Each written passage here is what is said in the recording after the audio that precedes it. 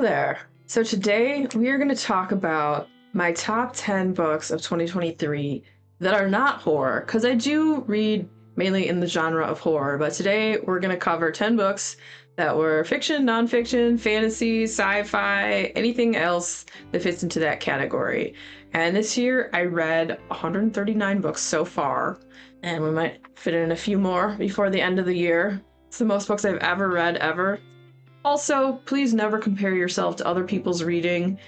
I don't watch TV. We don't have kids. I have a cat. I spend most of my time reading. And honestly, if you've read one book this year, I'm freaking proud of you, because if you're reading, you're winning. It doesn't matter how many books you're reading. Reading is good.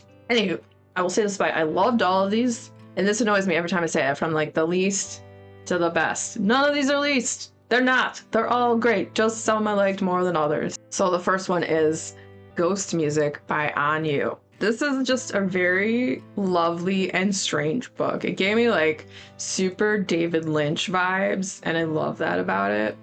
So there is this piano teacher who basically she gave up a career to get married and settle down and all of that stuff. She kind of really wants to have a child, but her husband doesn't, and he works all the time. And at one point in time, she has this dream where she's in this doorless room and she can't escape. And it's populated by this orange mushroom that's kind of glowing. That's the only light in the room. There's no doors, there's no windows, there's no nothing. And it starts talking to her. So you have that. And then she wakes.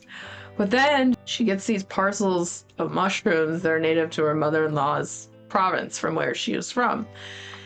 And so this kind of gives them an opportunity to bond and to learn how to cook these. It gets really weird because she starts to try to figure out like who is sending these packages and where are they coming from. Once she digs deeper into this, it seems they're coming from this once famous pianist that disappeared 10 years ago. And it gets really weird. And I love the weirdness factor of it. And I thought it was very like haunting and eloquent. So the next one is The Mountain and the Sea by Ray Naylor. This book is fantastic. I really, really liked it. It was also another strange one. This colony of octopuses is discovered, and it's discovered that they have a language and communicate with each other and kind of have a hierarchy of octopuses. And so there's this scientist, this marine biologist that gets hired, and it almost seems so unbelievable what they're telling her, that this is a real thing, that she's not quite sure until she gets there and discovers that, yes, this is actually happening. But they have to hold the world at bay to keep people from coming in and actually like destroying everything. And at the same time, you have these ships that are trying to like get through into the area because, you know, the oceans are being overfished and they're trying to get more fish and this, that, and the other. But they don't want to destroy this like super fragile habitat.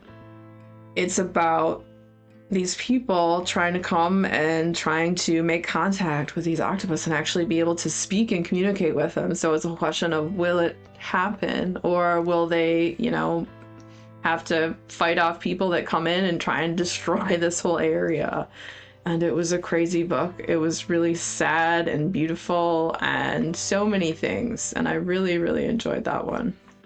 Also, I have standalone reviews for most of these books.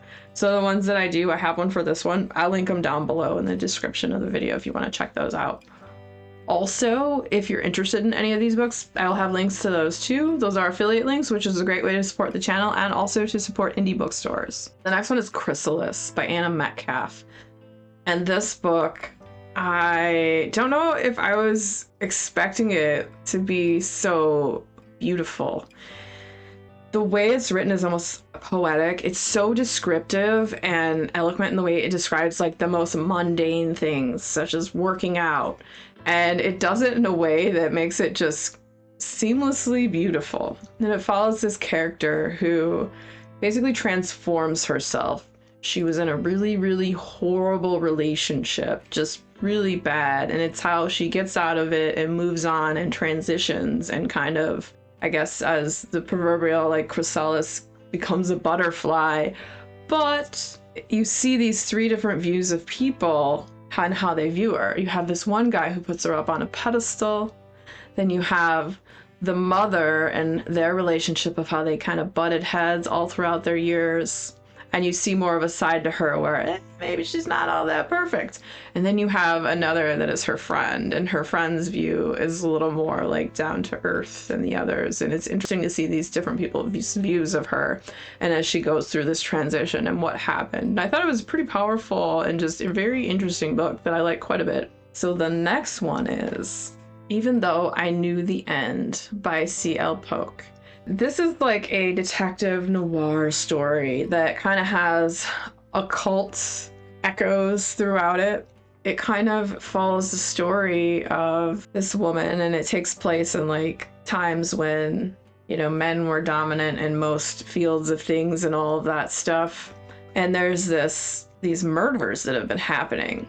And there's all this weird stuff that's found at the crime scene, the different symbols that are drawn in blood and whatnot. And they're trying to keep the main detective woman from like seeing all this stuff and seeing what's going on. But it's also a love story as well. And it's sad and it's sweet. It's a little novella, so you could read it in like a couple hours. And it was just such a beautifully written book. I really enjoyed it. I enjoyed how weird it was. I enjoyed like the heartfelt emotions that they pour out of it, and it's such a short and sweet little book. Also, some of these books, most of them are from this year, but some are just books I read this year, so they might not all have come out in 2023. Next, we read After the Forest by Cal Woods, and this is a fairy tale retelling, and it was really awesome. And it's kind of a fairy tale retelling that like puts other fairy tales in it. It's Hansel and Gretel, but also Snow White, and then also like Peter and the Wolf a little bit. So you have all of those, and it's so magical and weird. It's witchy, it's dark, there's a bit of a romance in it, and it worked so well the way the author did it. I thought it was pretty freaking fantastic. Highly recommend all of these. That's why they're on this list. All these were great. I love them. All right, so the next one is Remarkably Bright Creatures by Shelby Van Pelt. This one was such an emotional and heartfelt story. It was so beautiful. It's about this character, Tova Salzman. Her husband dies. She's all alone. Her son had disappeared when he was 18 out on a boat in the ocean, and he's been missing for years. They never found his body, but it's been assumed that he died. And she works at this aquarium, and she ends up making the acquaintance of Marcellus, this giant octopus, and they strike up an interesting friendship, and they communicate a little bit in some respects. And what ends up happening is that Marcellus may kind of know what happened to the son. Now, how is this even possible, you might wonder? Well, you'll have to read the book to find out. There's so many layers to it.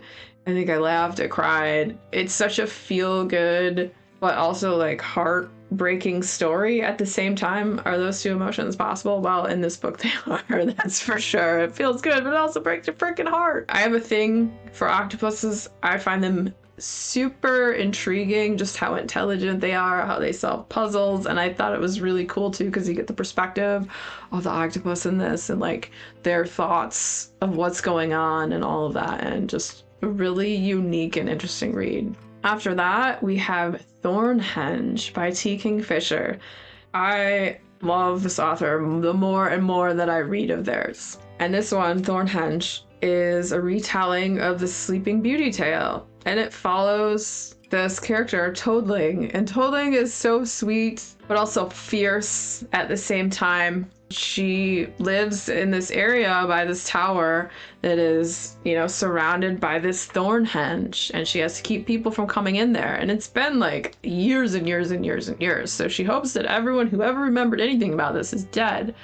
But the legends and the stories live on. And so still princes come and they want to try and free what is in this tower. But in the tower, this beautiful princess who sleeps, she was horrible and evil to the core and like murderous. A prince comes along and wants to try to wake up this horrible, evil princess, and what will happen? And so Toadling tries to like get him to go away, but he's very persistent.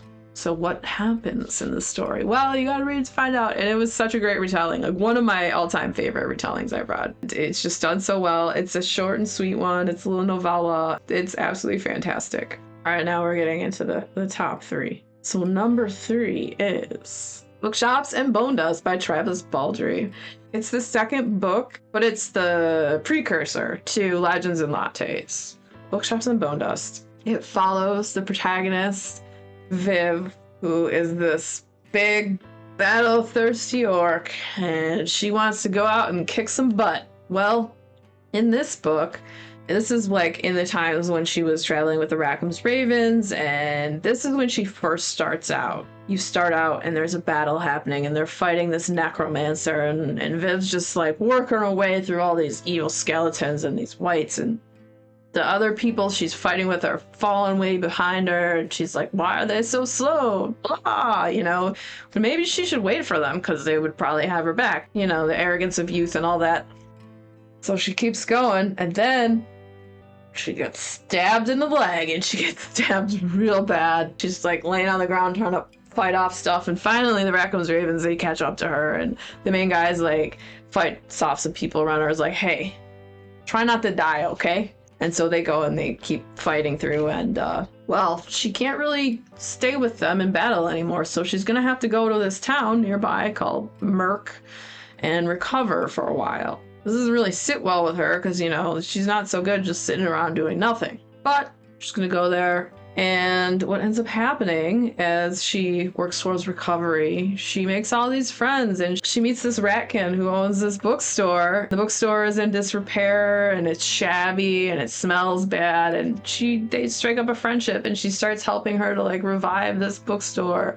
And she meets all these other people, and there's this bakery down the way that has like the most wonderful smells and scents and delicious pastries, and ends up having this love interest who is the baker there. And it's such a sweet and heartwarming and cozy fantasy. That's what we crave with these books, right? I thought it was a great follow-up / precursor to Legends and Lattes, and I really enjoyed it quite a bit. All right, so number 2 is Sension by Nicholas Binge. I picked up this book because Stephen King said this was a great book, and I was like, well, I like Stephen King and I kind of trust his word on stuff, so I picked it up and I absolutely loved it. It's so freaking weird. There is a mountain that appears somewhere in the Pacific, and it appears out of flippin' nowhere. It was just not there, and then it was there one day. A team is hired to go to this mountain and kind of like discover why the heck it appeared, what it is.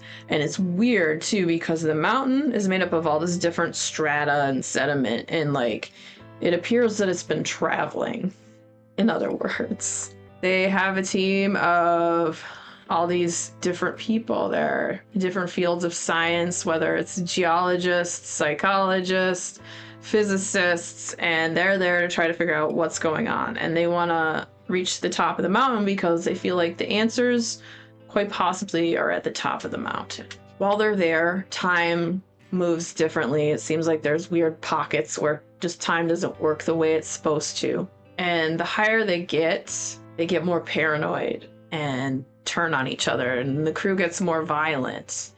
And then there's like these slithering ancient creatures that seem to populate the mountain that might be trouble. And so it's like, have they stumbled upon like this great scientific discovery, or the seeds of their own demise? I don't know. You'll have to read it to find out. And it's absolutely fantastic. It's so weird and so good. And I have a standalone review for this. This will be linked down below if you're interested to hear more about it. But it was absolutely fantastic, and I loved it. I keep saying that about these books. Yeah, obviously you love them, Sin. It's your top 10 list. I know. I just get excited. All right. So, the number 1 book that I read is a nonfiction book, and it is The Creative Act, A Way of Being by Rick Rubin. This book really spoke to me, and I thought it was such a fantastic read. It's all about creativity and harnessing your creativity and making time for it, growing with it. How you can be more creative in every endeavor that you do, and that creativity is for everyone. It's not just for like painters and writers and artists that draw and do pixel art and craft and do ceramics. Like, it can be for people in business too, and in different fields as well, and just the whole look at it. And it has almost like a kind of Eastern thought to it, just the way that Rick Rubin looks at it. And I think it's such an amazing book. But he kind of gives you almost like a manual for expanding your creativity and forming your pathways to be more creative in life. And I think it's a really beautiful book, and it's a really beautiful thing. Number one, Rick Rubin. Who would have thought? Definitely not me at the beginning of the year. That was not on my guesses of what would be on my top 10 non-horror books. But here we are. If you are a fan of videos where I talk about multiple books that I have read, next video coming up will be a video about that. So stick around, check it out. And if you had fun hanging out today, hit that subscribe button, come back, see me again, and we'll talk about more bookish things and weird stuff.